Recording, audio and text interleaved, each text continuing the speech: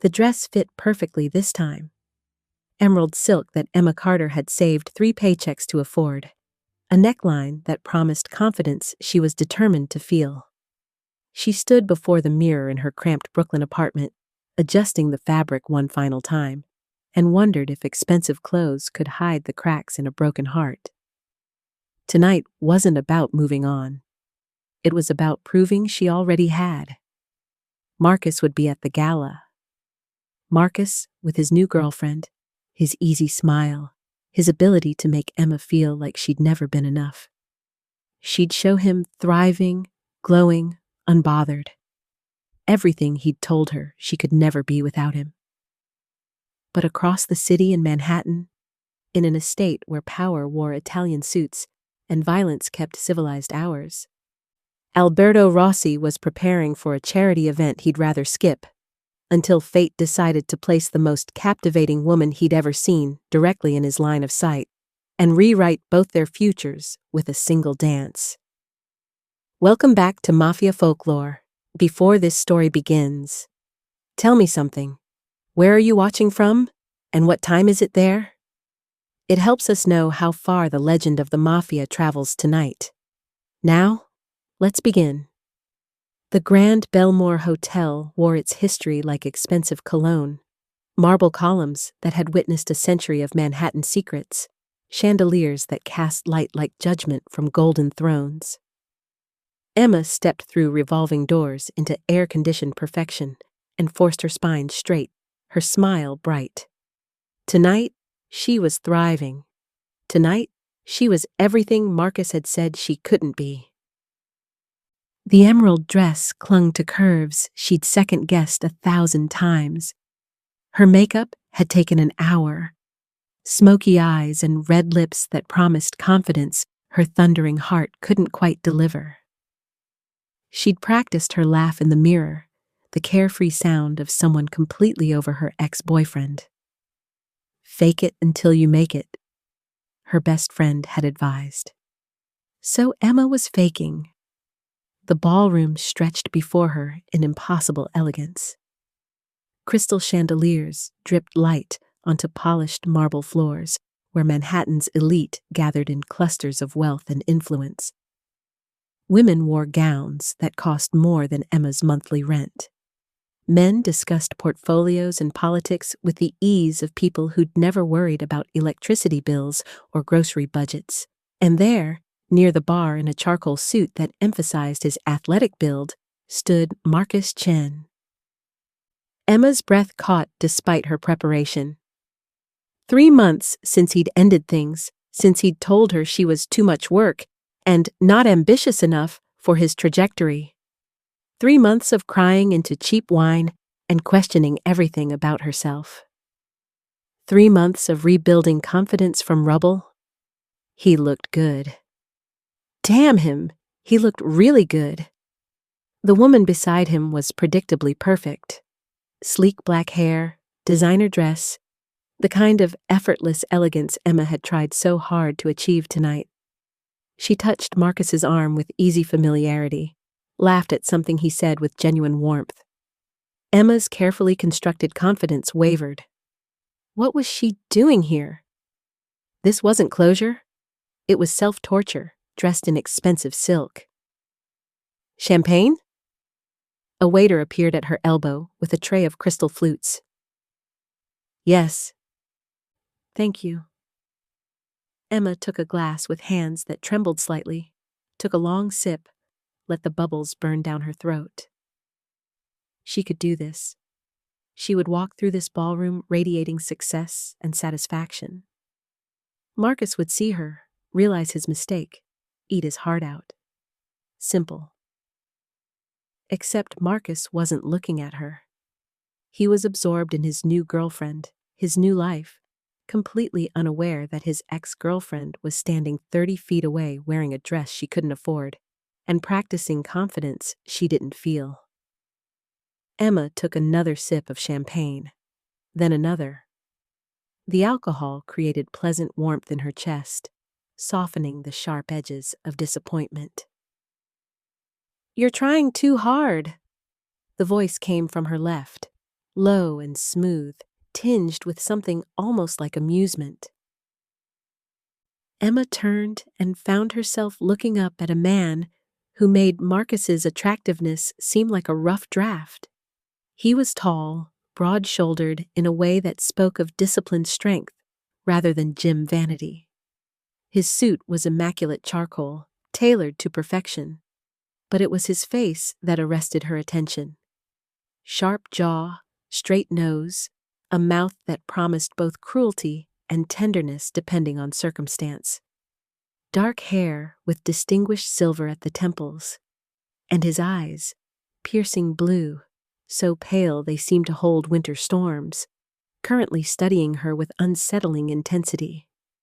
Tattoos crept up from his collar, dark ink against tan skin. More decorated his wrists where they emerged from crisp white cuffs, intricate designs that spoke of stories Emma couldn't begin to guess. "Excuse me?" Emma managed, caught off guard by both his appearance and his observation. "The confidence," he clarified, gesturing subtly toward her posture with his whiskey glass. "You're performing it. Shoulders too straight, smile too bright, laugh too loud when talking to strangers." His blue eyes held hers without apology. "I've been watching you since you walked in." The admission should have been creepy. Instead, it sent electricity down Emma's spine. "That's honest?" he supplied. "Yes, I don't believe in wasting time with comfortable lies." He took a sip of his whiskey, still watching her over the rim. "So who is he?" "Who's who?" "The man you're performing for. The reason you wore that dress." His gaze traced down her body and back up with appreciation rather than objectification. "Beautiful dress, by the way. Emerald suits you. Brings out the gold in your eyes." Emma's cheeks heated. She'd expected to be invisible tonight, except to Marcus. Being seen, truly seen, by this stranger was disorienting. "What makes you think I'm performing for anyone?" she tried, but the deflection sounded weak even to her own ears. "Because I recognize the look." Something painful flickered across his handsome face. Trying to prove worth to someone who couldn't see it when they had it? Classic mistake. The accuracy stung. Emma took another sip of champagne, buying time to collect herself. "Maybe I'm just here enjoying a charity event." "In a dress that costs 3 months' salary?" He tilted his head, studying her. "Bought specifically for tonight, if I'm reading the tags correctly. You kept shifting the neckline in the reflection of that pillar. New dress, new shoes, new everything. This is a statement, not casual attendance. Are you always this observant, or just incredibly rude?" His lips curved into something almost like a smile. "Both. Occupational hazard? What occupation requires stalking women at charity events?" "The kind that reads people for survival." He extended his hand, formal despite the circumstances. "Alberto Rossi." Emma took his hand automatically, then froze as the name registered. Alberto Rossi. She'd heard that name whispered in her neighborhood, spoken with the reverence reserved for natural disasters and acts of God. The newspapers called him the city's invisible king, a man who controlled everything from shipping docks to city council votes. The mafia boss who moved through Manhattan like a shark through water, elegant, lethal, untouchable. And he was holding her hand, studying her face, waiting for her reaction. "You've heard of me," Alberto observed. Not a question. "Everyone's heard of you." Emma should pull her hand back, should make an excuse and retreat to safety. But his grip was warm, his thumb tracing gentle circles against her palm in a gesture that felt impossibly intimate. "And you're afraid now." He said it matter-of-factly, without judgment. "Should I be?" "That depends." Alberto released her hand slowly, giving her freedom to run if she chose. Are you planning to testify against me, work for rival families, or otherwise interfere with my business interests? No? Then you have nothing to fear from me. His blue eyes softened fractionally. I don't hurt innocent people, Emma. I never told you my name. No. But I asked 3 different people before approaching you. He gestured toward the crowded ballroom. Emma Carter, 26, works double shifts between a cafe and a diner in Brooklyn. Recently single. Here tonight for reasons that have nothing to do with charity and everything to do with that man near the bar who keeps pretending not to look at you. Emma's gaze snapped toward Marcus, and sure enough, he was watching her now. Watching her talk to Alberto with an expression she couldn't quite read. Surprise? Concern? Jealousy? Something hot and sharp bloomed in her chest. Good. Let him see her talking to someone powerful, someone dangerous, someone completely unlike the unmotivated waitress he'd accused her of being. That's him, Alberto said quietly. The ex-boyfriend you're trying to impress. I'm not trying to... Yes, you are. Alberto moved closer, not touching her, but near enough that she could smell his cologne. Something expensive and masculine that made her head spin. And it's not working. Want to know why? Emma nodded despite herself.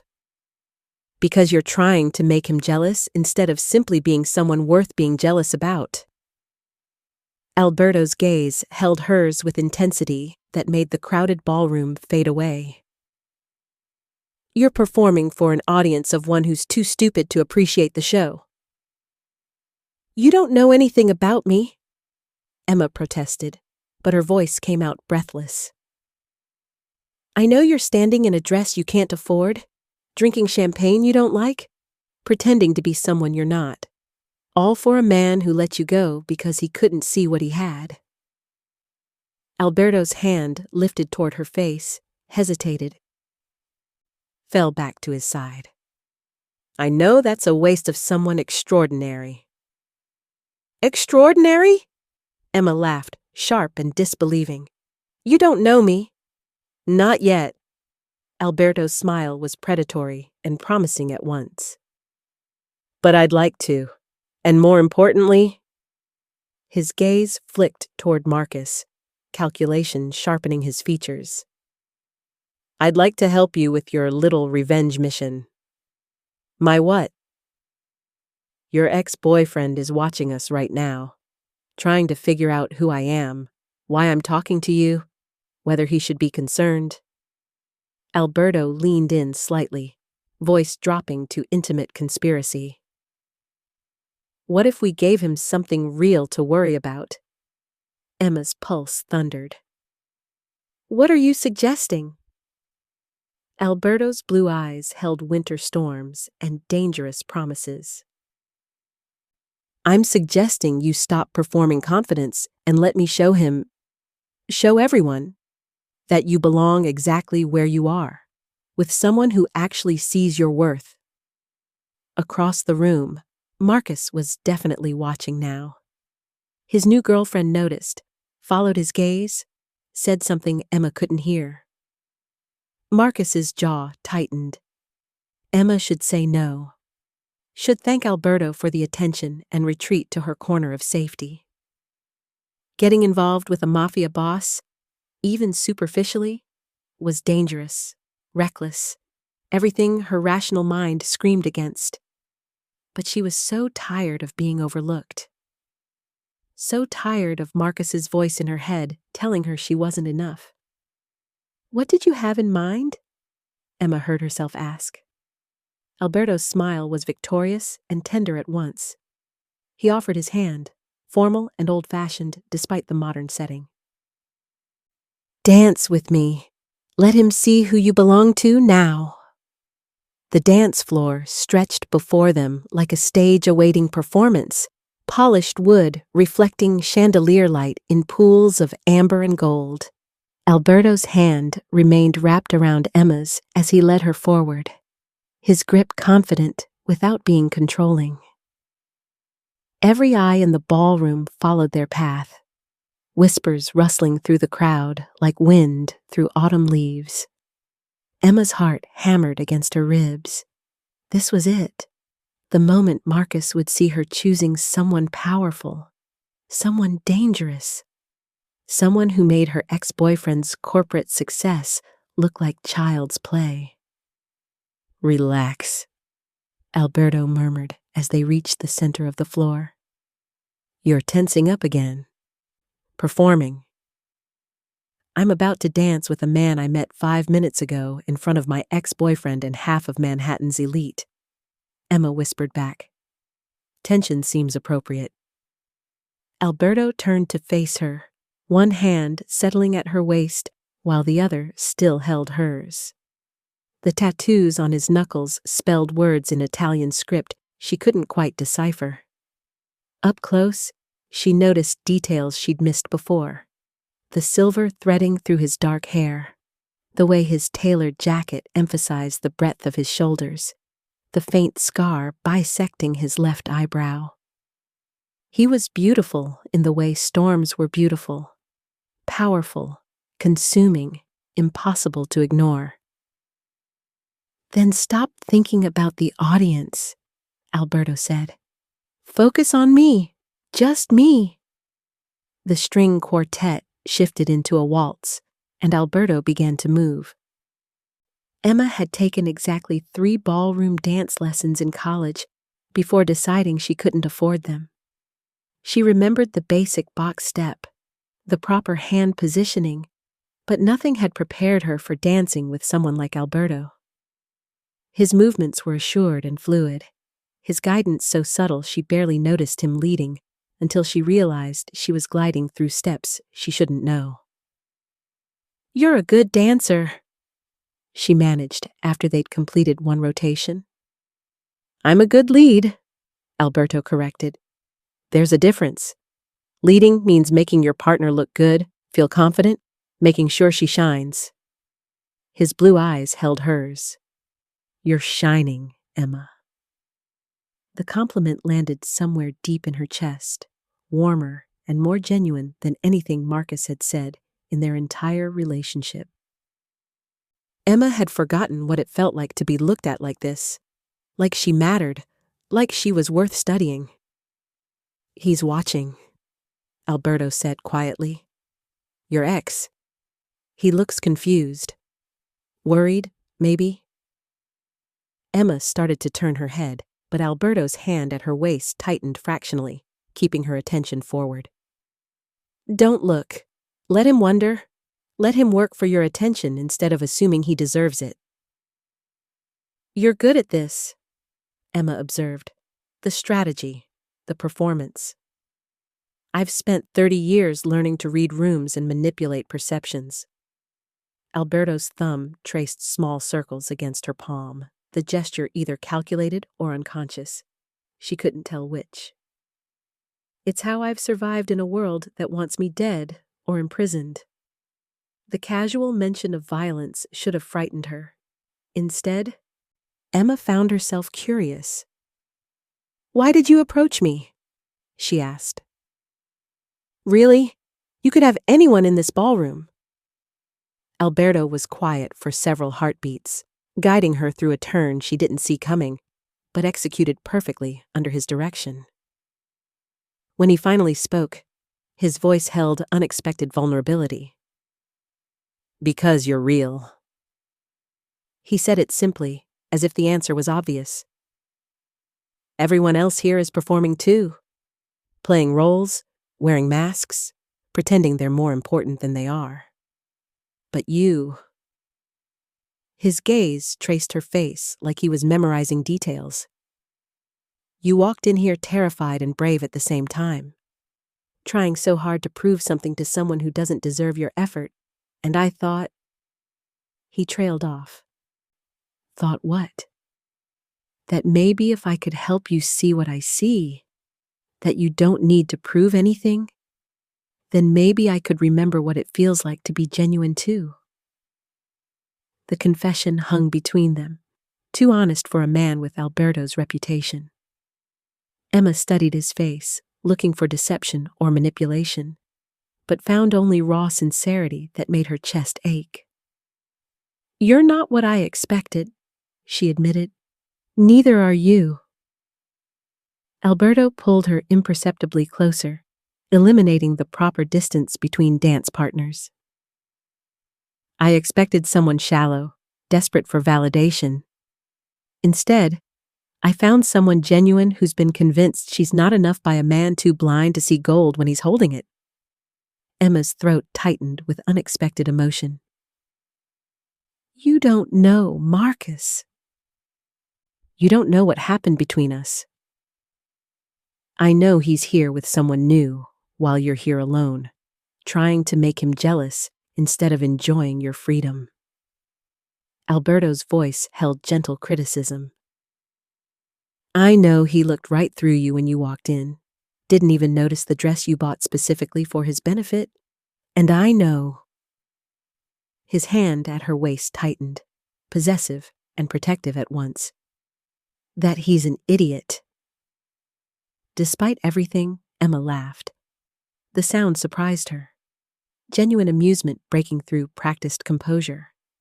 Alberto's expression softened, something almost like wonder crossing his features. "There it is. Your real smile. It's better than the one you were performing earlier." "How can you tell the difference?" "Your real smile reaches your eyes, makes them crinkle at the corners. The fake one is just lips and teeth." His thumb brushed along her jawline, the gesture achingly tender. "I prefer the real version." The music swelled around them, violins and cellos weaving melody that felt both romantic and melancholy. Other couples had joined the dance floor now, but Emma barely noticed them. Alberto's attention made everything else fade to background noise. "Why are you helping me?" Emma asked. "What do you get out of this?" Alberto's smile was wry, edged with self-awareness. "Honestly, I'm not entirely sure. Maybe I'm tired of watching people waste themselves on unworthy causes. Maybe I see potential for something interesting between us. Or maybe—" He paused, seeming to weigh his words carefully. "Maybe I just wanted an excuse to dance with the most captivating woman in the room. I'm a waitress from Brooklyn, wearing a dress I can't afford to impress an ex who doesn't care. You're a survivor working double shifts to build something better. A woman brave enough to walk into a room full of sharks to reclaim her dignity." Alberto's blue eyes burned with intensity. "And you're currently in the arms of Manhattan's most dangerous man, holding your own instead of running." "That's not ordinary, Emma. That's extraordinary." The words settled over her like a revelation. When was the last time someone had called her extraordinary? When had Marcus ever made her feel like anything other than a project needing improvement? "He's coming over," Alberto said quietly, his gaze shifting past Emma's shoulder. "Your ex." "He looks agitated." Emma's breath caught. This was it, the moment she'd dressed for, prepared for, fantasized about during 3 months of wine-soaked nights. Marcus would see her with Alberto, would realize his mistake, would finally understand what he'd lost. But as Alberto's arms tightened protectively around her, Emma realized something had shifted. She no longer cared about Marcus's opinion quite as desperately as she had when walking through the ballroom doors. "Emma!" Marcus's voice cut through the music, sharp with barely contained irritation. "Can we talk? Privately?" Alberto stopped dancing, but didn't release Emma. His body language shifted subtly, still relaxed, still elegant, but radiating quiet menace that made nearby couples instinctively step back. "We're dancing," Alberto said mildly. "You're interrupting." Marcus's jaw tightened, his eyes fixed on Emma with an intensity she recognized from their arguments. "I wasn't talking to you. Emma, come on. We need to discuss this." Discuss what? Emma found her voice steadier than she expected. This. Marcus gestured between her and Alberto with obvious distaste. Whatever game you're playing, it's beneath you. The condescension in his tone sparked anger in Emma's chest. Beneath her? Like she wasn't allowed to move on? Wasn't allowed to attract someone's genuine interest? I'm not playing a game, Emma said carefully. I'm dancing, at a party, like a normal person. With him? Marcus's expression twisted with something between concern and jealousy. Emma, do you have any idea who Alberto Rossi is? What he does? I'm standing right here, Alberto interjected, his voice dangerously soft. If you have questions about my character, you're welcome to address them directly. Marcus's face flushed, but he pressed on, still focused on Emma. He's dangerous, connected to organized crime, the kind of man who ruins lives for business. As opposed to the kind who ruins them for sport? Alberto's smile was razor sharp. At least I'm honest about what I am. What's that supposed to mean? It means... Alberto's hand left Emma's waist, moving to cup her cheek with surprising gentleness. That I see exactly what she is, what she's worth, and I don't need 3 months to appreciate it. The implication landed like a slap. Marcus's expression darkened. You know nothing about our relationship. I know you're here with someone new while she's here trying to prove she's moved on. Alberto's blue eyes held no warmth now, only calculation and cold assessment. I know you didn't even notice when she walked in wearing a dress she saved for months to buy. And I know... His voice dropped to something almost dangerous. That you're interrupting a dance I was very much enjoying to assert ownership over a woman you already discarded. Has someone from your past ever tried to reclaim you after letting you go? Did you give them another chance, or did you choose yourself? Tell us in the comments. The question echoed in Emma's mind as she stood between the two men. Marcus representing her past, everything familiar and safe, and ultimately insufficient. Alberto representing possibility, danger, the unknown. Marcus turned to her, his expression shifting from anger to something almost like pleading. Emma, come on, this isn't you. You're not the type to throw yourself at someone you just met, especially not someone like him. The words stung because they held a grain of truth. Old Emma, Marcus's Emma, wouldn't have danced with a stranger, wouldn't have entertained advances from a man with Alberto's reputation. She would have played it safe, stayed small, avoided risk. But old Emma had also accepted being called not enough, and believed it was truth rather than Marcus's failure of vision. Maybe you never knew what type I am, Emma said quietly. Maybe I'm exactly the type who decides she deserves better than being someone's training wheels for their next relationship. Marcus flinched. That's not fair. We wanted different things. No, you wanted someone different. Someone more ambitious, more polished, more worthy of your trajectory. Emma's voice remained steady despite the emotion churning in her chest. You made me feel like I needed to prove my value every single day, and I was exhausted. So forgive me if I'm enjoying the company of someone who sees what I am without needing convincing.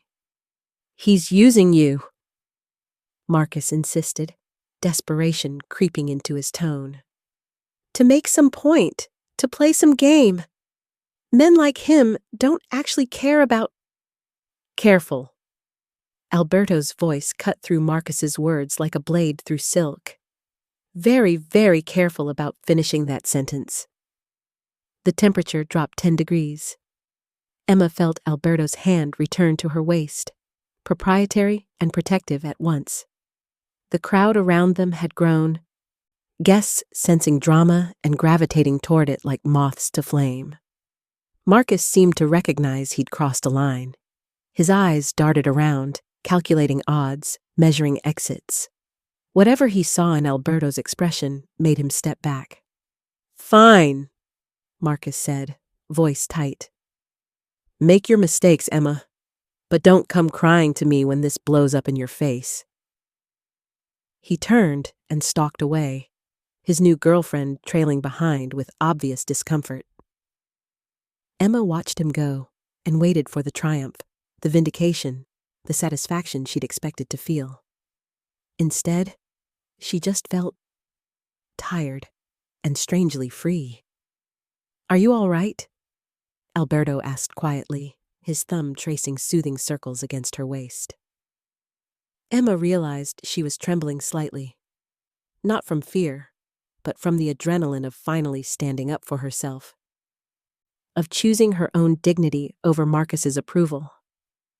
"I think so," she managed. "That was overdue." "Yeah." Emma looked up at Alberto, really seeing him for the first time without the lens of using him to make Marcus jealous. "You didn't have to do that. Defend me like that." "Yes, I did." Alberto said it simply, as if the alternative had never been an option. "No one diminishes you in my presence? Not him, not anyone." The possessiveness should have felt suffocating. Instead, it felt like safety. The music stopped, Emma observed. The quartet had paused between songs, and the other dancers were leaving the floor for refreshments. "So it did." Alberto didn't release her. "Would you like to get some air? Away from the audience?" Emma knew accepting meant stepping further into whatever this was becoming. Knew that leaving the ballroom with Alberto Rossi would cement the gossip, make her the subject of speculation and scandal. Marcus would hear about it. Everyone would. But standing there in Alberto's arms, feeling protected and seen, and genuinely valued for the first time in longer than she could remember, Emma realized she didn't care about the gossip. "Yes," she said.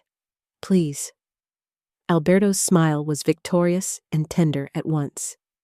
He offered his arm with old-world formality, and Emma took it. Together, they walked through the ballroom toward the terrace exit, the crowd parting to let them pass. Emma caught fragments of whispers. Shock, speculation, envy. Let them talk. For the first time in 3 months, she wasn't performing for anyone's benefit but her own.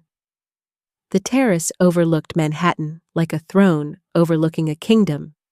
Floor-to-ceiling windows opening onto a private balcony where the city sprawled below in rivers of light and shadow. The November air bit cold against Emma's bare shoulders, but before she could shiver, Alberto had shrugged out of his jacket and draped it over her. The gesture was so natural, so automatic, that Emma almost didn't notice until his warmth and cologne enveloped her. The jacket smelled like him, expensive and masculine, with something underneath that was uniquely Alberto. "Thank you," she murmured, pulling the fabric closer. "Can't have you freezing while I monopolize your evening."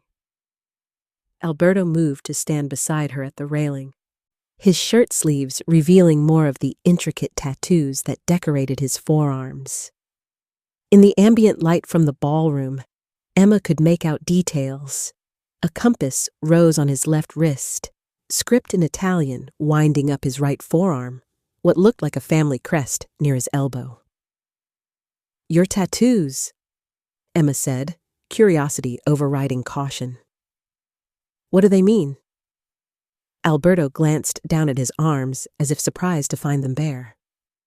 "Reminders, mostly, of where I came from, what I've survived, who I've lost." His finger traced the compass rose.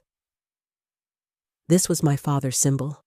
He used to say that no matter how lost you get, you can always find your way home if you remember your true north." "What's your true north?"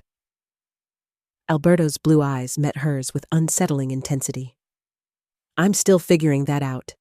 Thought it was power for a long time. Control. Making sure no one could ever hurt me or mine again.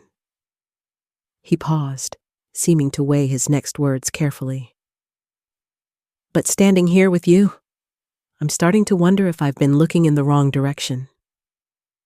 The admission hung between them, vulnerable and dangerous. Emma should deflect, make a joke, maintain the safe distance between stranger and whatever this was becoming. But something about the terrace's privacy, the night's honesty, made her brave. Why did you really approach me tonight? She asked. And don't say it was to help with my revenge mission. You didn't know about Marcus when you first spoke to me. Alberto was quiet for a long moment, his gaze fixed on the Manhattan skyline. When he finally spoke, his voice held a rawness that seemed to cost him. Because you looked the way I feel most days, he said. Like you were trying so hard to be something you're not, to meet expectations you'll never satisfy, to prove worth to people who've already decided you're lacking. He turned to face her fully. And I thought, maybe if I could help you stop performing, I could remember how to do the same. You're Alberto Rossi. You control half of Manhattan. What could you possibly need to prove? His laugh was bitter. Everything. That I'm not my father's biggest disappointment. That I'm more than the violence I've committed. That somewhere under all the blood and strategy, there's still something human worth saving. His hand lifted toward her face, hesitated, fell back to the railing. You looked at me in that ballroom like I was just a man. Not a reputation, not a threat. Just someone who might be worth knowing. Do you understand how rare that is? Emma's throat tightened with unexpected emotion. She understood exactly. Had spent 3 months believing Marcus's assessment that she wasn't ambitious enough, interesting enough, worthy enough of love. Marcus used to make lists, she found herself saying. Things I needed to improve. The way I dressed, the books I read, my career goals. He called it helping me reach my potential. But really, he was just trying to turn me into someone else. Someone he wouldn't be embarrassed to introduce to his colleagues. He's an idiot, Alberto said flatly. Maybe, but he wasn't entirely wrong. Emma pulled Alberto's jacket tighter around her shoulders. I am just a waitress. I don't have grand ambitions or impressive credentials. I work double shifts to afford a studio apartment in a neighborhood where I'm afraid to walk home after dark. That's not exactly the life people dream about. It's honest work, honorable work. Alberto moved closer, his body blocking the wind. You feed people, Emma. You provide a service that matters. There's no shame in that. Says the man who probably owns half the restaurants in this city. Owns, yes. Could work in? Never. Alberto's smile was self-deprecating. I can negotiate million-dollar deals and orchestrate complex criminal enterprises, but I'd be useless waiting tables. The patience, the multitasking, the emotional labor of serving entitled customers who treat you like you're invisible, that takes a kind of strength I don't possess. You're just saying that to make me feel better? I'm saying it because it's true. Alberto's hand finally made contact, his fingers tilting her chin up gently until she met his gaze. You want to know what I saw when you walked into that ballroom? Not someone trying too hard or reaching beyond her station. I saw someone brave enough to face her fears wearing courage like armor. Someone genuine in a room full of masks. Someone worth knowing, worth protecting, worth... He cut himself off, something flickering across his face that Emma couldn't quite read. Fear, maybe, or possibility. Worth what? She pressed. Everything, Alberto finished quietly. Worth everything. The word settled between them. Heavy with implications Emma was only beginning to understand. This wasn't just about making Marcus jealous anymore. Something real was developing in the spaces between Alberto's words, in the way his touch gentled when he was near her, in the vulnerability he kept offering like gifts. "I don't understand you," Emma admitted. "You're supposed to be dangerous, ruthless, the kind of man mothers warn their daughters about." "I am all those things," Alberto agreed. "I've done things that would horrify you, made choices that keep me awake at night, built an empire on violence and fear." His thumb traced along her jawline, the gesture achingly tender. "But none of that changes what I see when I look at you. None of it makes you less extraordinary." "Stop calling me that," Emma whispered, but there was no force behind the protest. "Why?" "It's true." "Because if you keep saying it, I might start to believe you." "Good." Alberto's smile was genuine, reaching his eyes in a way that transformed his entire face from dangerous to devastating. "That's exactly what I'm hoping for." Emma laughed despite herself, the sound surprising them both. "This is insane. I came here tonight to make my ex-boyfriend jealous, and now I'm on a terrace with a mafia boss who keeps calling me extraordinary." "Life rarely goes according to plan," Alberto observed. "Usually that's frustrating. Tonight, I'm grateful for it." The sincerity in his voice made Emma's chest ache. When was the last time someone had been grateful for her presence? Marcus had always made her feel like a burden, a project requiring constant improvement. But Alberto looked at her like she was a privilege, a gift he hadn't expected to receive. "What happens now?" Emma asked. "After tonight?" "That depends." Alberto's hand remained at her jaw, his thumb continuing its gentle exploration. "What do you want to happen?" Emma should say she wants to go home, to process everything, to return to her normal life and forget this night ever occurred. Getting involved with Alberto Rossi, even peripherally, was dangerous for 100 different reasons. But his touch was warm against her skin. His attention made her feel seen in ways she'd forgotten were possible. And the thought of walking away, of returning to her cramped apartment, and double shifts, and the echo of Marcus's voice telling her she wasn't enough. It felt like choosing suffocation over oxygen. "I don't know," Emma said honestly. "I don't know what I want, or what's smart, or what I'm even doing here anymore." "Then don't decide tonight." Alberto's voice held patient understanding. "Let me take you to dinner tomorrow. Somewhere quiet where we can talk without audiences or ex-boyfriends or performances. Just two people getting to know each other." "That's a terrible idea." "Probably. You're a criminal. Undeniably. I have nothing to offer someone like you." "You have yourself," Alberto said simply. "That's more than enough." The words hit something deep in Emma's chest, a place that had been hollow since Marcus left.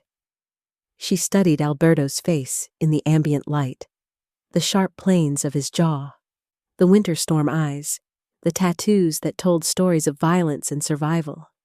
He should terrify her. By all logic, she should be running, but his hand on her face was gentle. His gaze held respect along with desire, and something about the way he offered choice instead of demands made Emma feel safer than she had in months. "One dinner," she heard herself say. "Somewhere quiet. No performances." Alberto's smile was victorious and tender at once. "One dinner. I'll pick you up at 7 tomorrow. Wear something comfortable. No borrowed dresses or practiced confidence required." "You don't know where I live." "I know you work at Morrison Street Cafe and a diner in Brooklyn. I'll find you." His smile turned slightly wicked. "It's one of my more useful skills." Emma should be disturbed by his ability to track her down. Instead, she found it oddly reassuring, proof that his interest was genuine enough to require effort. "What if I change my mind?" she tested. "Then I'll be disappointed but respectful." Alberto's thumb traced one final line along her jaw before he dropped his hand. "I don't force, Emma. I offer, I pursue, but I never take what isn't freely given." The distinction mattered more than Emma had words for. Marcus had pushed and maneuvered and slowly eroded her boundaries until she couldn't remember where her wants ended and his began. But Alberto was offering her agency, choice, the power to say no. "I should probably go back inside," Emma said reluctantly. "People will talk if we stay out here much longer." "People are already talking." Alberto retrieved his phone from his pocket, glanced at the screen, showed her a text from someone named Dante. "You're all over social media? Who's the girl?" Emma's stomach dropped. "Oh God. I didn't think about—" "Don't worry about it." Alberto pocketed the phone. "Let them speculate. It'll die down in a few days when the next scandal breaks." "Easy for you to say. You're used to being in headlines." "Fair point." Alberto considered for a moment. "Do you want me to have my people suppress the photos? I can make them disappear within the hour." The casual mention of having people who could manipulate social media should alarm Emma. Instead, she found herself curious about the machinery that kept Alberto's empire running. "No," she decided. "Let them talk. I'm done hiding." Alberto's expression shifted into something almost like pride. There she is, the woman who doesn't need to prove anything because she already knows her worth. "I don't know my worth yet," Emma corrected. "But maybe I'm starting to remember it's more than Marcus decided it was." "That's a start." Alberto offered his arm again. "Shall we return to the party? Or would you prefer I call you a car home?" Emma glanced back through the windows at the ballroom. The glittering crowd, the music, Marcus somewhere in that sea of wealth and judgment. She could go back inside, endure more whispers and speculation. Or she could leave now, on her own terms, with her dignity intact. "Home," she decided. "I think I've had enough charity gala for one lifetime." "Wise choice." Alberto pulled out his phone, typed something quickly. "Car will be here in 5 minutes. I'll walk you down." "You don't have to." "I want to," Alberto interrupted gently. "Let me see you safely home, Emma. It's the least I can do after monopolizing your evening." They walked back through the ballroom together, Alberto's hand resting lightly at the small of her back. Conversations paused as they passed. Emma caught glimpses of Marcus near the bar, his expression unreadable. But she didn't stop, didn't try to explain or justify. She just walked with her head high, Alberto's jacket around her shoulders, feeling more confident than she had in months. The car waiting outside was understated luxury. Black sedan with a driver who nodded respectfully at Alberto before opening the back door for Emma. "Tomorrow," Alberto said, helping her into the car. 7 o'clock, no performances, just honesty." "Just honesty," Emma echoed. Alberto leaned down, his face close enough that Emma could see flecks of darker blue in his pale eyes. For a moment, she thought he might kiss her. Instead, he pressed his lips to her forehead, a gesture so tender and unexpected that tears pricked Emma's eyes. "Sleep well, Emma Carter," he murmured.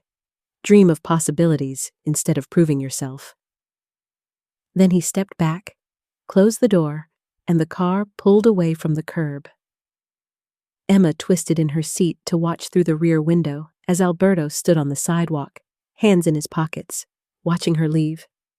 Even from a distance, Even surrounded by Manhattan's chaos, he looked like a king surveying his domain. And somehow, impossibly, he'd chosen to see her as worthy of his attention. Emma faced forward, clutched Alberto's jacket closer, and let herself smile. Emma should have known better than to trust fairy tales. The text arrived at 6:30 the next evening, 30 minutes before Alberto was supposed to pick her up for dinner. Emma was standing in her cramped bathroom, makeup half applied, wearing a simple dress that didn't require 3 months' savings. Actually comfortable, actually herself, actually excited for the first time since Marcus had ended things. Then her phone buzzed. Unknown number. You should see this before you make any more mistakes. The link led to a gossip blog. The headline made Emma's blood run cold. Rossi's latest conquest. Mafia boss uses waitress to settle business rivalry with Castellano below it. Photos from last night. Emma and Alberto on the dance floor. Alberto's hand at her waist. The two of them leaving for the terrace. And beneath the images, an article that turned everything beautiful into something calculated. Sources close to Alberto Rossi confirmed that last night's public display with Emma Carter, 26, was strategic retaliation against business rival Richard Castellano. Castellano recently blocked Rossi's attempted acquisition of waterfront properties, leading to mounting tensions between the two men. Carter, who attended the charity gala as Castellano's guest, became an unwitting pawn in their ongoing conflict when Rossi deliberately targeted her to humiliate his opponent. Alberto never does anything without strategy, an anonymous associate states. If he's showing public interest in someone, it's because it serves a larger purpose. The girl probably has no idea she's being used. Emma's hands trembled as she scrolled through the article. Every moment from last night, recontextualized, poisoned, transformed from genuine connection into manipulation. The way Alberto had approached her, his observations about Marcus, the dance, the terrace, the gentle touches and vulnerable confessions. All of it strategy, all of it lies. Her phone buzzed again. Marcus this time. Marcus. I tried to warn you. Call me when you're ready to admit I was right. Emma deleted the message without responding, but the damage was done. Doubt crept through her chest like frost through spring flowers, killing everything that had bloomed. Of course, it was too good to be true. Of course, men like Alberto Rossi didn't actually see worth in waitresses from Brooklyn. Of course, his attention had ulterior motives beyond finding her extraordinary. She'd been so desperate to feel valued that she'd walked straight into another manipulation, this one just more sophisticated than Marcus's. Emma wiped off her makeup with shaking hands, changed back into sweatpants, and texted the number Alberto had given her last night. Emma, I can't do dinner. Please don't contact me again. She turned off her phone before he could respond. The knocking started at 7:15. Emma! Alberto's voice carried through her apartment door, calm but urgent. I know you're in there. I saw your light on.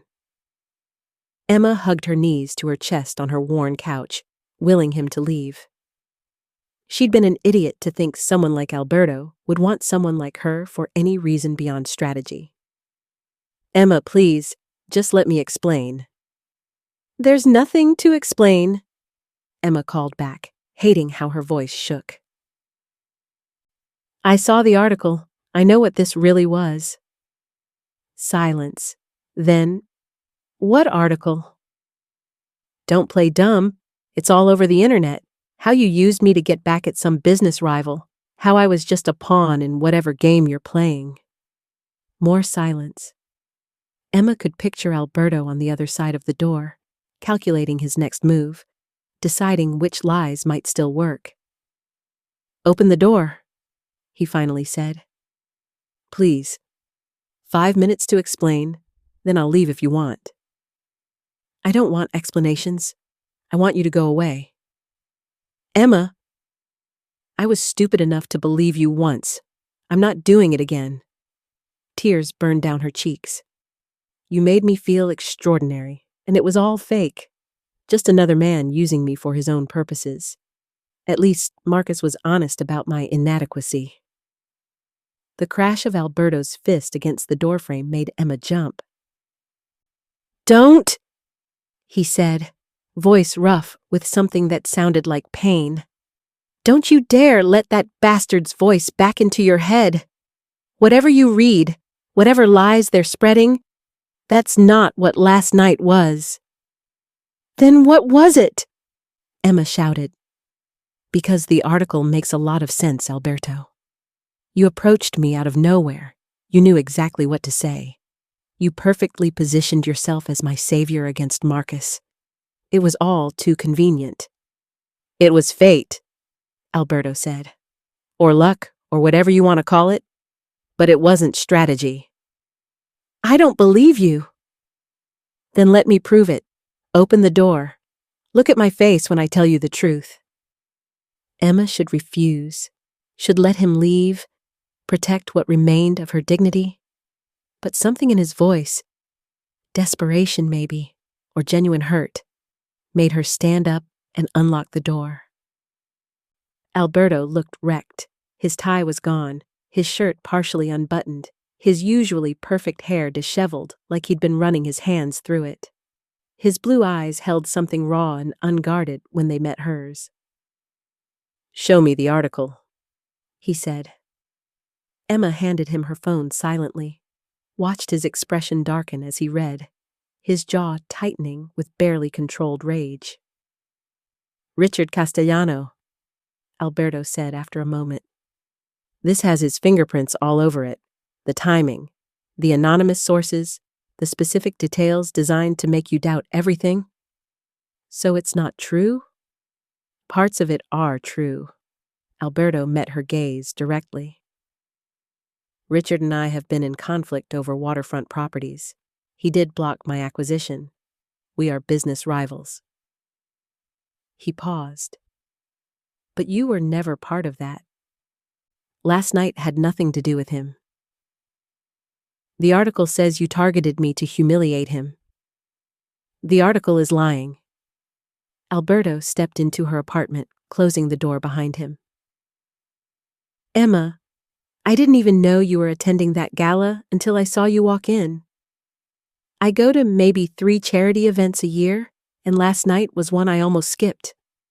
The only reason I showed up was because my lawyer insisted it would be good for my legitimate business image. You're saying it was coincidence? I'm saying it was fate disguised as coincidence. Alberto moved closer, his intensity almost overwhelming in the small space. You walked into that ballroom looking terrified and brave, and I couldn't look away. Then I watched you perform confidence for that idiot ex-boyfriend, and I recognized the exhaustion of trying to be something you're not. So, I approached you. Not because of Richard, not because of strategy, but because for the first time in years, I wanted to talk to someone who felt real. Emma wanted to believe him. God, she wanted to believe him so badly it hurt. The article quoted your associates, people who know you. People Richard paid to lie, more likely. Alberto's hand lifted toward her face, hesitated, fell back to his side when she flinched. Emma, I have enemies who would love to see me isolated and alone, making you doubt last night, poisoning what we started building. That's exactly the kind of strategy Richard would employ. How do I know you're not the one lying right now? You don't, Alberto admitted. You have to choose who to trust, me or an anonymous gossip article posted by people who benefit from our separation. His blue eyes held hers, vulnerable in a way that seemed to cost him. But ask yourself this, Have I done anything to make you doubt my sincerity? Have I pressured you, manipulated you, taken anything you didn't freely offer? Emma thought back through the previous night. Alberto had offered choice at every turn, had respected her boundaries, prioritized her comfort, given her agency. Even his possessiveness had come with the option to refuse. No, she admitted quietly. You've been kind. Because you deserve kindness. Alberto's voice gentled. Because watching you try to prove your worth to people too blind to see it made me want to show you what I see. Someone extraordinary who doesn't need to perform or convince or change. Just yourself, Emma. That's all I've ever wanted. That sounds too good to be true. I know. I barely believe it myself. Alberto's smile was self-deprecating. I don't do relationships, Emma. I don't let people close because closeness is liability in my world. But you? He trailed off, seeming to struggle for words. You make me want to try, to risk the vulnerability, to believe that maybe I can be more than the violence my reputation suggests. Tears burned down Emma's cheeks. I'm so tired of being used. Marcus used me as practice for his real relationship. My landlord uses my desperation to keep raising rent. Customers use me as an emotional punching bag when their day goes wrong. I can't. Her voice broke. I can't be your project, or your pawn, or whatever this is. You're not. Alberto closed the distance between them, his hands framing her face with devastating gentleness. You're the woman who makes me remember what it feels like to be human, who looks at me and sees past the reputation to something worth knowing, who's brave enough to dance with the devil and kind enough to make him want to be better. Stop, Emma whispered, but she didn't pull away. I can't. Alberto's thumbs wiped away her tears. Because everything I said last night was true. You are extraordinary. You do deserve everything. And I will spend however long it takes proving that to you. Not with words, but with actions. When someone you're starting to trust gets accused of betraying you, how do you decide what to believe? The evidence or your instincts? Tell us in the comments.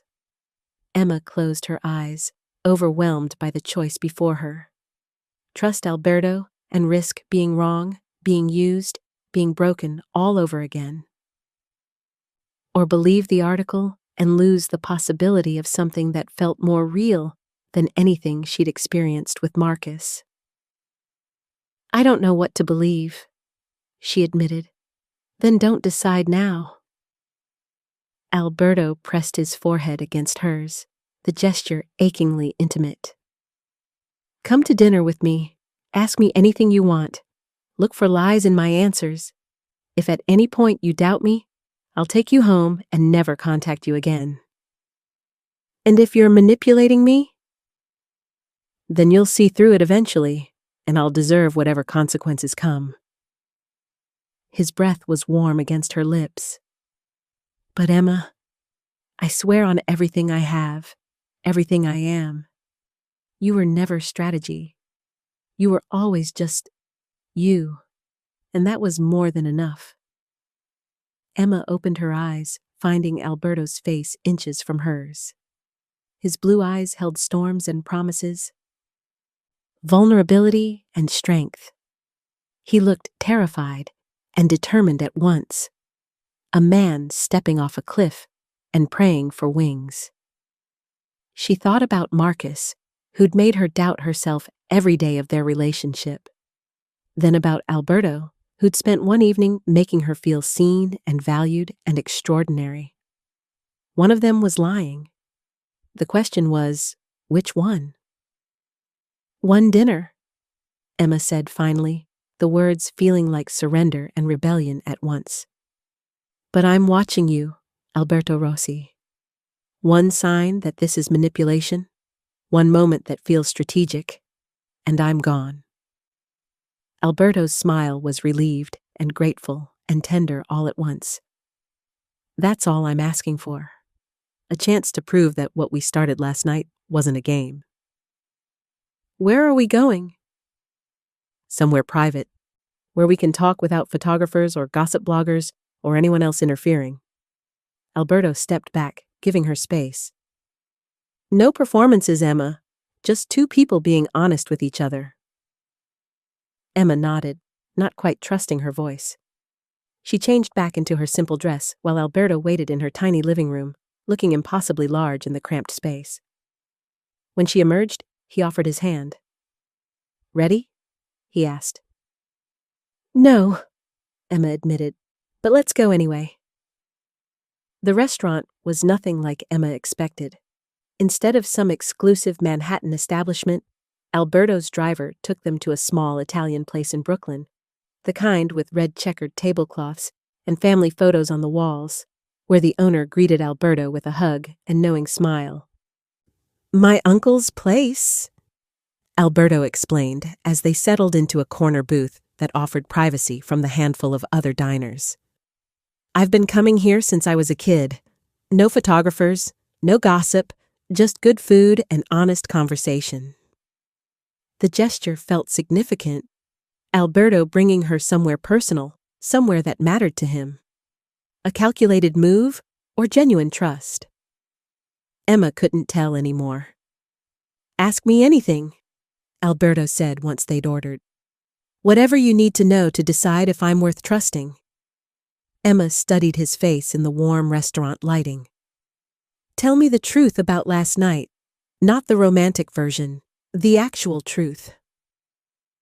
Alberto was quiet for a long moment, his fingers tracing patterns on the tablecloth. When he finally spoke, his voice held careful honesty. I saw you walk into that ballroom looking beautiful and scared. I watched you perform confidence while targeting your ex-boyfriend's attention. And I thought... He paused. I thought, here's someone who understands what it's like to wear masks. To try to be what others expect while losing yourself in the process. So, you approached me out of pity? No, I approached you out of recognition. Alberto's blue eyes held hers.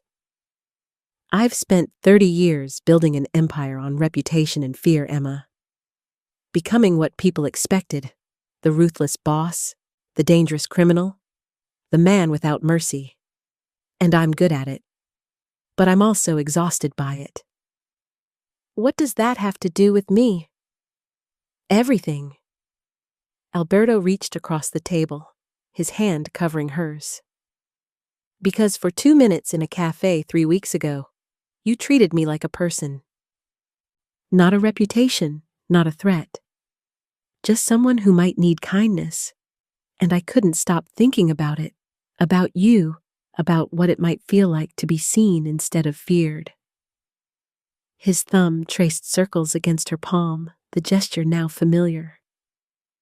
When I saw you at the gala, it felt like fate offering me a second chance. A chance to talk to the woman who'd shown me genuine warmth. And yes, I noticed your ex-boyfriend. Yes, I understood the dynamics at play. But Emma, his grip tightened. You were never part of my conflict with Richard. You were never strategy. You were just possibility. The possibility that maybe I could be more than what I've become. Emma wanted to believe him, wanted to trust the sincerity in his voice, the vulnerability in his eyes.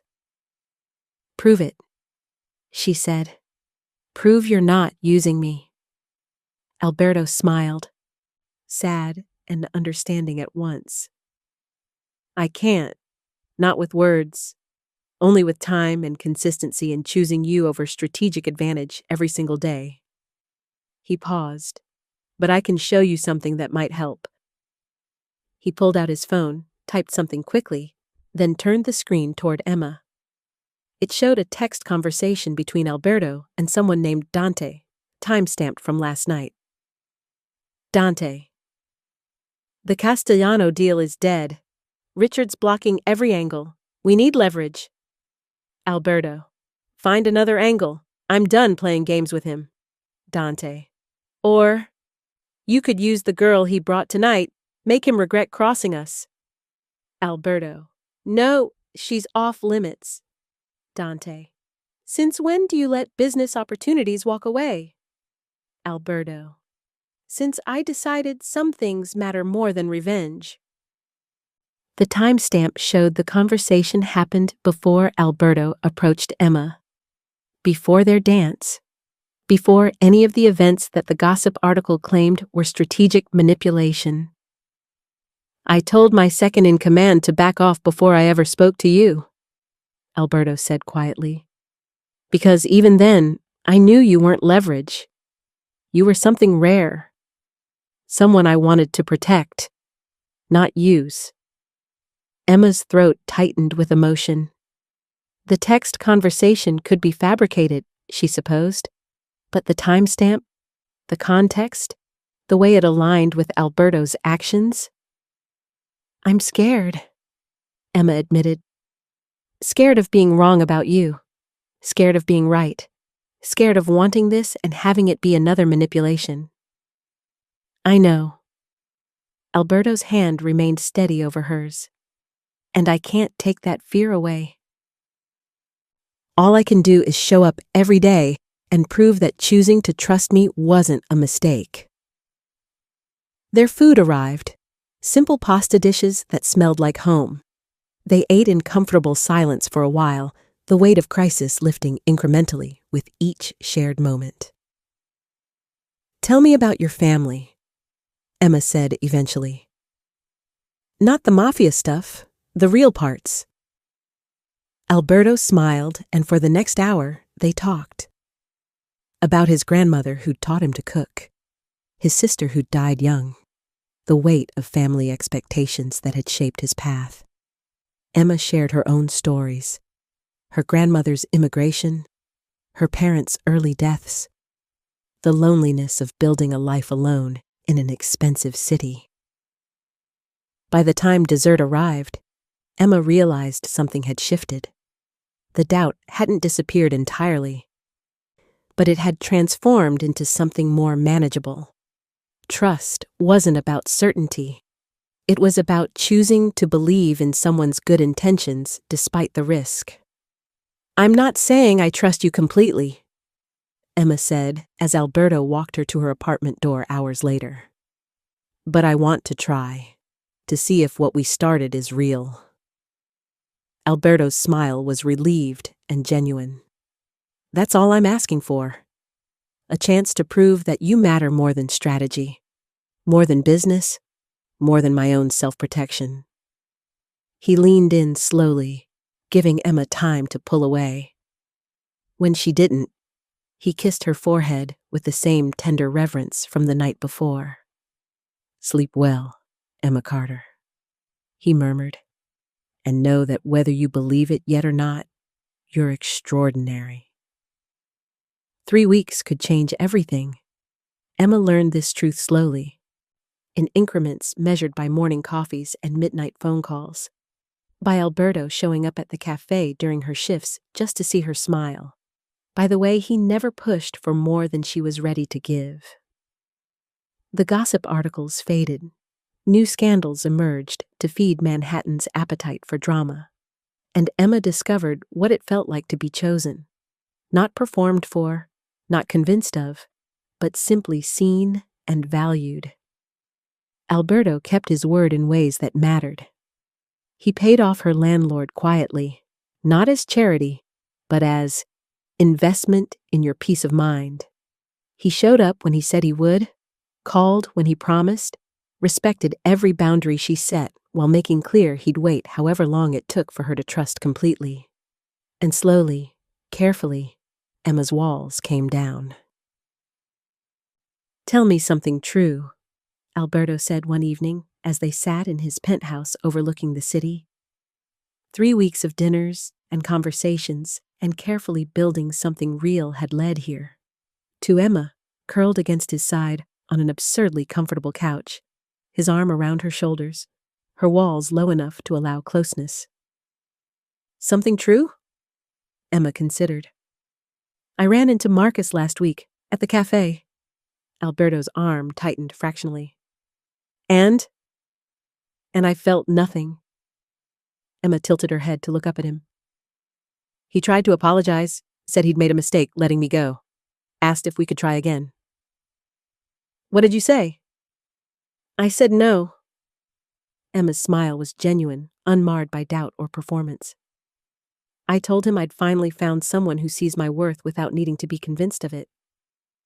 Someone who makes me feel extraordinary just by being myself. Alberto's expression softened into something achingly tender. You told him about us? I told him I'd moved on, that I was happy, that his opinion of me no longer defined my value. Emma traced the tattoos on Alberto's forearm, following the intricate patterns she'd memorized over weeks of conversations.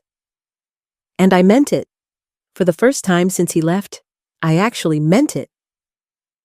How did he react? He looked diminished somehow, like realizing I didn't need his validation made him smaller. Emma paused, considering. I think he expected me to still be waiting, to be grateful if he came back. Instead, I was just indifferent.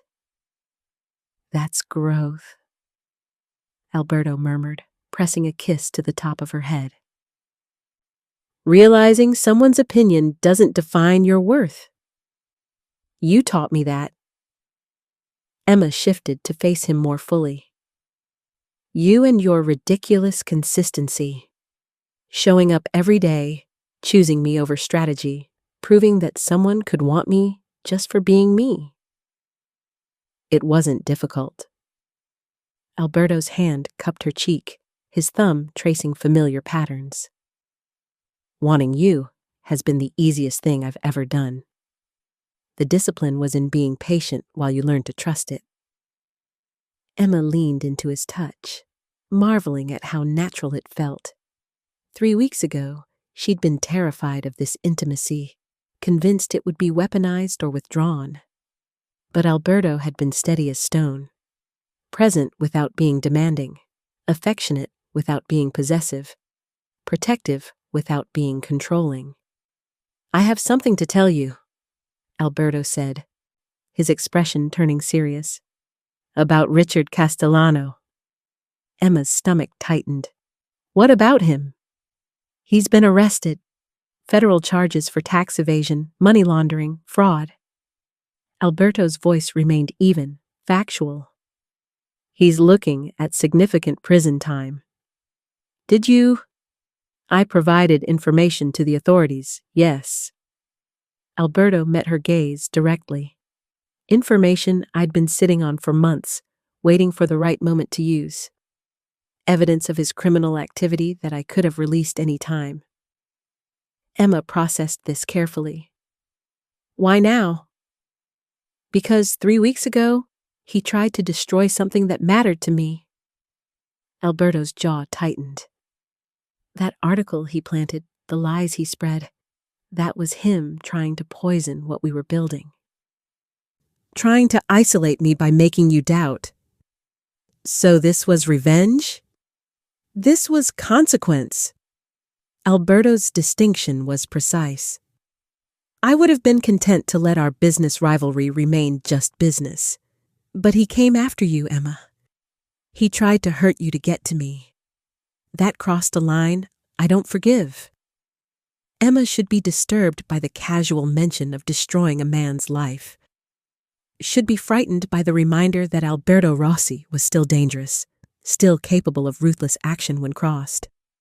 Instead, she felt protected, valued enough to be defended.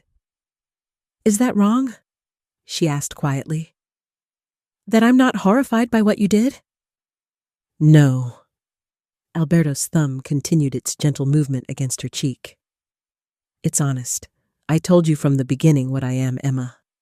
I'm not a good man by conventional standards. I've done terrible things for strategic reasons. But I'm trying. His voice roughened with emotion. I'm trying to be better. For you. Because you make me want to be the man you see when you look at me. I see someone complicated, Emma said. Someone capable of violence, but who chooses gentleness with me. Someone feared by many, but who makes me feel safe.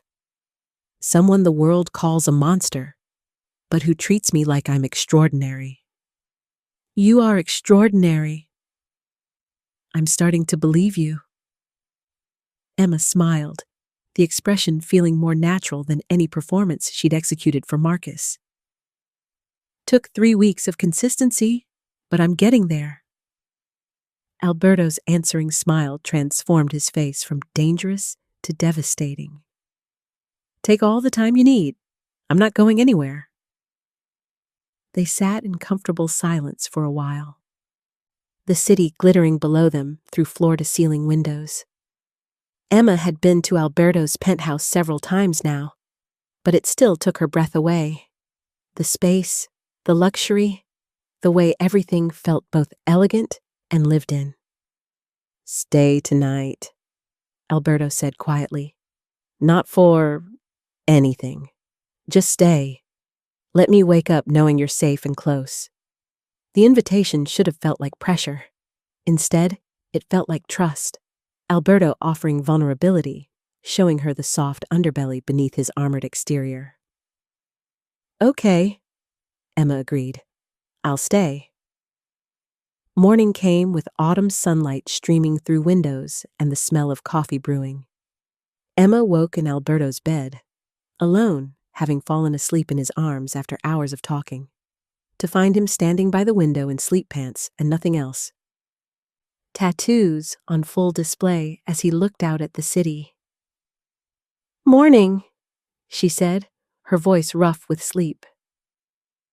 Alberto turned, and the smile that crossed his face was pure and unguarded, the expression of a man who'd found something precious and couldn't quite believe his luck. Morning, Bella. He crossed to the bed, sitting on the edge and offering her a mug of perfectly prepared coffee. Sleep well?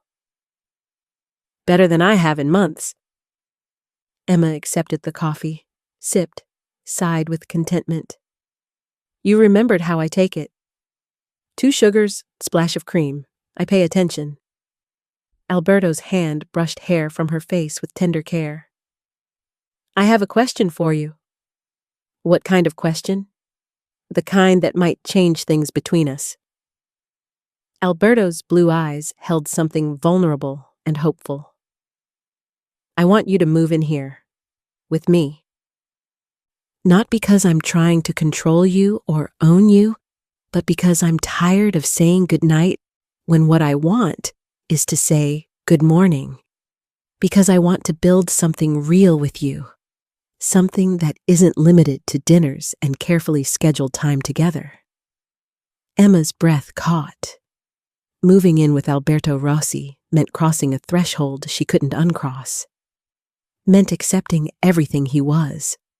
The violence, the reputation, the dangerous world he inhabited.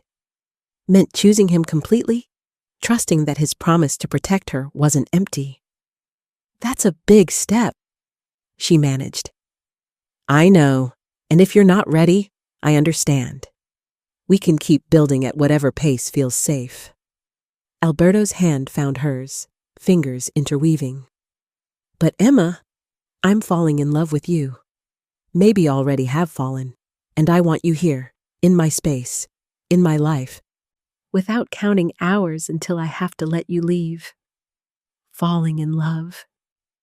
The words settled over Emma like sunlight after storm. Marcus had never said those words, even after a year together. Had never looked at her with the raw honesty Alberto offered now. I need to keep working, Emma said carefully. I'm not ready to be kept, to be someone's decorative girlfriend. I wouldn't want that. Alberto's response was immediate. Your independence is part of what makes you extraordinary. Keep working, keep building your own life. Just do it from here, where I can see you smile over morning coffee and make sure you're safe when you come home at night." Emma studied his face, the sharp planes and winter storm eyes, the tattoos and scars that told stories of survival. 3 weeks ago, she'd been terrified of being used. Now she was being offered partnership, choice, the kind of love that enhanced rather than diminished. "What if we fight?" she tested. "What if I drive you crazy with my mess or my schedule or my refusal to let you solve all my problems?" "Then we'll figure it out together." Alberto's smile was patient. "I'm not looking for perfect, Emma. I'm looking for real, for someone who challenges me, frustrates me, makes me better by refusing to let me be less than I can be." "That's a lot of pressure." "No pressure, just possibility." Alberto brought her hand to his lips, kissed her knuckles with old-world reverence. "Say yes because you want to, not because you feel obligated. Say yes because waking up here felt like home." Emma looked around the penthouse, at the space and light, at the city sprawling below, at the man who'd spent 3 weeks proving his worth through actions rather than words. She thought about her cramped Brooklyn apartment, her double shifts, her careful budgeting of every dollar. Then she thought about morning coffee in Alberto's arms, about being protected without being controlled, about finally having someone who saw her value without needing convincing. "Yes," Emma said, the word feeling like freedom instead of surrender. "I'll move in, build something real with you, see where this possibility leads." Alberto's smile was brilliant and relieved at once. He pulled her into his arms, holding her close enough that she could feel his heart thundering against her cheek. "Thank you," he murmured into her hair, "for trusting me, for giving me a chance to prove I could be more than my reputation." "Thank you," Emma countered, "for seeing me when I'd forgotten how to see myself. Have you ever taken a leap of faith on someone or something that scared you? Looking back, was it worth the risk? Tell us in the comments." 6 months later, Emma stood before a mirror in Alberto's penthouse. Their penthouse now, filled with her books and his art, her plants and his carefully organized chaos. She was getting ready for another charity gala, but this time was different. This time, she wasn't performing, wasn't trying to prove anything to anyone. The dress she wore was beautiful but comfortable, chosen because she liked it rather than because it might impress. Her confidence was genuine, built on 6 months of being valued and protected and loved without condition. "You look enchanting," Alberto said from the doorway, his voice warm with affection. Emma turned to find him watching her with the same intensity he'd shown that first night at the Grand Belmore, but now she knew what that intensity meant. Not strategy or manipulation, but genuine appreciation for someone he'd chosen and kept choosing every single day. "You always say that," Emma teased, "because it's always true." Alberto crossed to her, his arms sliding around her waist from behind, his chin resting on her shoulder as they both looked at their reflection. "Ready to face another room full of Manhattan's elite?" "With you, always." They'd run into Marcus twice since Emma moved in. Once at a restaurant, once at a business function Alberto had to attend. Both times, Emma had felt nothing beyond mild curiosity about the man she'd once thought defined her worth. Marcus had tried to make conversation, to hint at regret. But Emma had been polite and distant, her attention always returning to Alberto. Because that was the thing about finding someone who truly saw you. It made everyone else's opinions irrelevant. "I love you," Alberto said quietly, the words still new enough to make Emma's chest warm. He'd said them first 6 weeks into their relationship, then waited patiently for 3 more weeks until Emma was ready to say them back. I love you too. Emma turned in his arms, tilting her head up to meet his gaze. Thank you for being patient while I learned to believe it. Thank you for being brave enough to try. Alberto kissed her forehead, then her cheeks, finally her lips, gentle and reverent. The kiss of a man who'd found something precious and refused to take it for granted. When they finally made it to the gala, Emma walked through those same ballroom doors with her head high and her confidence genuine. Whispers still followed Alberto Rossi wherever he went, would always follow a man with his reputation. But now they followed Emma too. Speculation about the waitress who'd captured the mafia boss's heart. Let them whisper. Let them wonder. Emma had stopped performing for audiences months ago. She'd finally learned what it felt like to be extraordinary. Not because someone told her so, but because someone showed her through consistent actions, patient love, and the choice to see her value every single day. Alberto's hand found hers as they entered the ballroom, his fingers interweaving with familiar comfort. Ready? He asked. Emma squeezed his hand, smiled with genuine joy, and stepped forward into their future. With you? I'm ready for anything. Thank you for watching this story until the end. If this story touched your heart, subscribe and click on the next video. It is darker, deeper, and even more unforgettable. Hit that notification bell so you never miss a new story, and comment your country or city. Your support helps us create more contents like this.